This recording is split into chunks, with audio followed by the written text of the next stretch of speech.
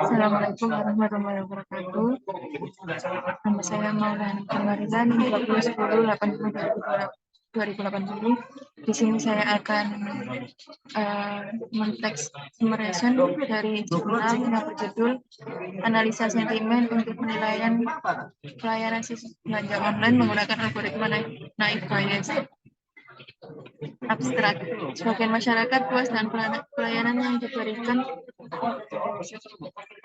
situs online marketplace yang mereka pilih dan sebagian lagi tidak. Respon yang diberikan konsumen tentang pelayanan situs online marketplace biasanya diungkapkan melalui media sosial.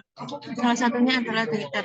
Pada penelitian ini dilakukan analisis sentimen terhadap postingan opini pelanggan online marketplace di Indonesia.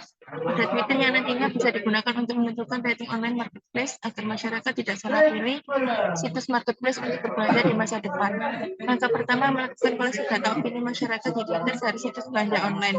Hasil dari proses clustering tercipta dua kelas data, yaitu kelas data positif dan kelas data negatif. Pendahuluan.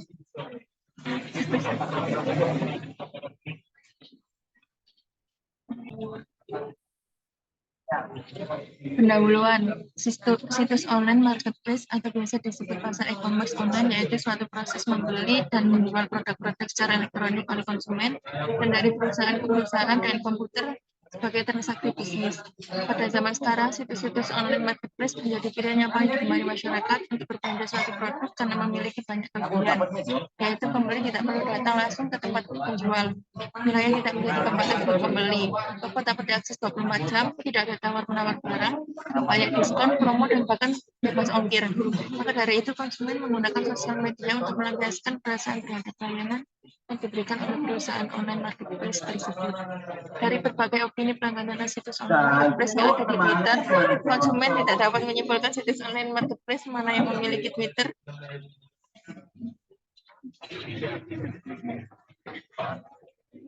Konsumen tidak dapat menyimpulkan marketplace mana yang memiliki pelayanan yang baik. Analisis sentimen atau biasa disebut juga dengan opini meaning adalah sebuah proses menemukan pendapat pengguna tentang beberapa topik atau teks yang disampaikan pengguna. Penelitian ini membahas tentang bagaimana melakukan analisis sentimen terhadap data opini pelanggan online marketplace pada Twitter yang digunakan untuk menentukan apakah data opini tersebut masuk opini positif atau negatif, sehingga nantinya bisa dimanfaatkan untuk menentukan situs belanja online yang dikategorikan baik. Beberapa penelitian berkaitan dengan topik analisis sentimen sudah banyak dilakukan, diantaranya yaitu penelitian Ensemble Sentiment Classification System Twitter data Airline Service Analysis menggunakan 6 metode untuk klasifikasi, yaitu Lexicon Based Classifier, NP Bayesian Network, SVM, C4, dan New Forest, serta satu metode yang disebut dengan Ensemble Classifier yang menggunakan 5 metode.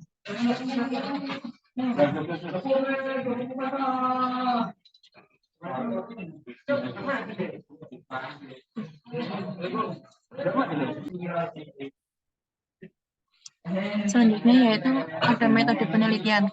Penelitian ini dilakukan meliputi beberapa tahapan seperti pengumpulan data, pengolahan atau pre-processing data, pelaporan data latih dilakukan oleh ahli bahasa, penggunaan sistem klasifikasi data menggunakan algoritma Naive Bayes, dan evaluasi sistem. Dari data Twitter yang telah dikumpulkan sejumlah 1.200 data, kemudian dikelompokkan menjadi dua kelas, yaitu postingan positif dan postingan negatif. Kalimat dalam kelompok data opini positif mengandung kata-kata seperti acungan, aklamasi, ambisius, asli, adaptif, akomodatif, andal, aspirasi, adil, akurat, aneh, asyik, afinitas, alami, anggun, afirmasi, alhamdulillah, aneh, sepoi, dan sebagainya.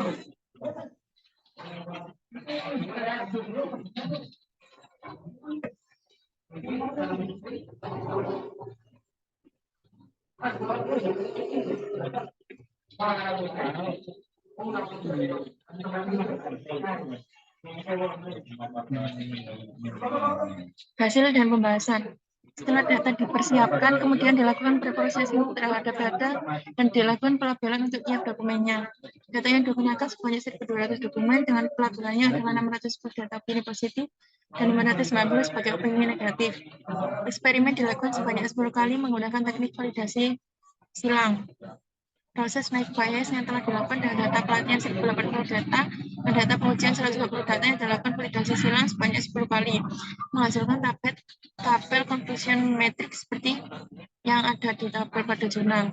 Overall conclusion matrix dari naik bias aktual positif negatif prediksi positif 59,3 negatif 5 plus 53 dari conclusion matrix pada tabel 1 yang ada pada jurnal mendapatkan nilai rata-rata dari korensi, precision, recall, dan efficiency seperti terlihat pada tabel.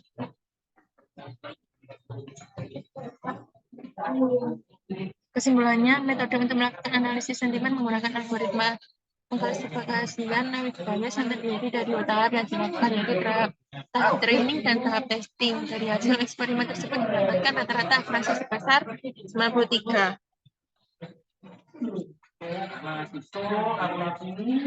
Selanjutnya yaitu ada jurnal bahasa Inggris. Di sini saya mengambil jurnal yang berjudul A Twitter Sentiment Analysis on Islamic Banking Using Drone and Academic Evidence from Indonesia.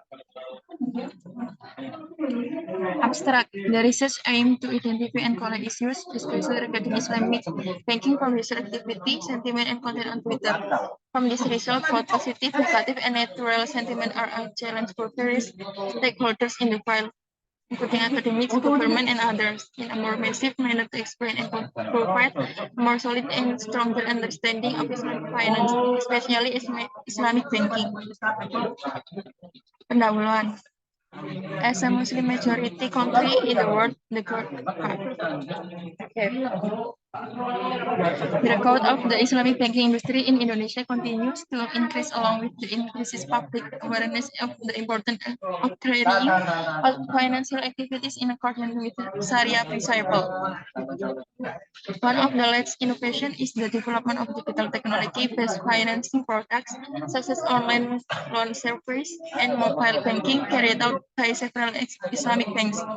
On the other hand, the development of technology and social media has had a significant impact on various aspects of my life, including in the banking world. The change bring new opportunities to understand how people respond to innovation in the financial industry, especially those related to Islamic banking. One method then can be used to determine public perception is to use sentiment analysis approach. It is an important tool of choice for understanding public perception because it can provide valuable insight into the views, emotions, and attitudes that exist among the public towards various topics, products, brand, or even. The current information age, Twitter has become one of the main channels where people can express their views and respond to various topics, including Islamic banking. Based on the digital reported to 222, Indonesia is one of the countries with the largest Twitter user in the world. The number of Twitter users in Indonesia reaches 18.23% of the total Twitter users in the world, which reached 436 million. Metode penelitian. This research combine qualitative methods by collecting and analyzing 475 total Twitter conversation with the keyword banking bank Sharia collected in the last 2 years from July 28, 2020, March 10, 2023, using the drone MPIT academic engine. The determination of the year's period as the observation period in the study was based on the consideration that this was a long enough period to observe development and trends that might appear in conversation about Islamic banking on Twitter. In short, the time span was chosen to see the overall text record of conversation related to Islamic banking on Twitter. In the 2-year time span used, the research attempted to observe support from Islamic banks, especially after emergence of BSI in early 2021, increase or decreases as well as identity issues that become the main focus of criticism and how the Islamic banking industry in general. Hasil dan pembahasan, furthermore, frequency analysis of word is conducted out to identify important patterns in the conversation. Then social network analysis was used to describe the relationship and influence between users and explain conversation cluster. Thank you. Terima kasih atas perhatiannya. Assalamualaikum warahmatullahi wabarakatuh.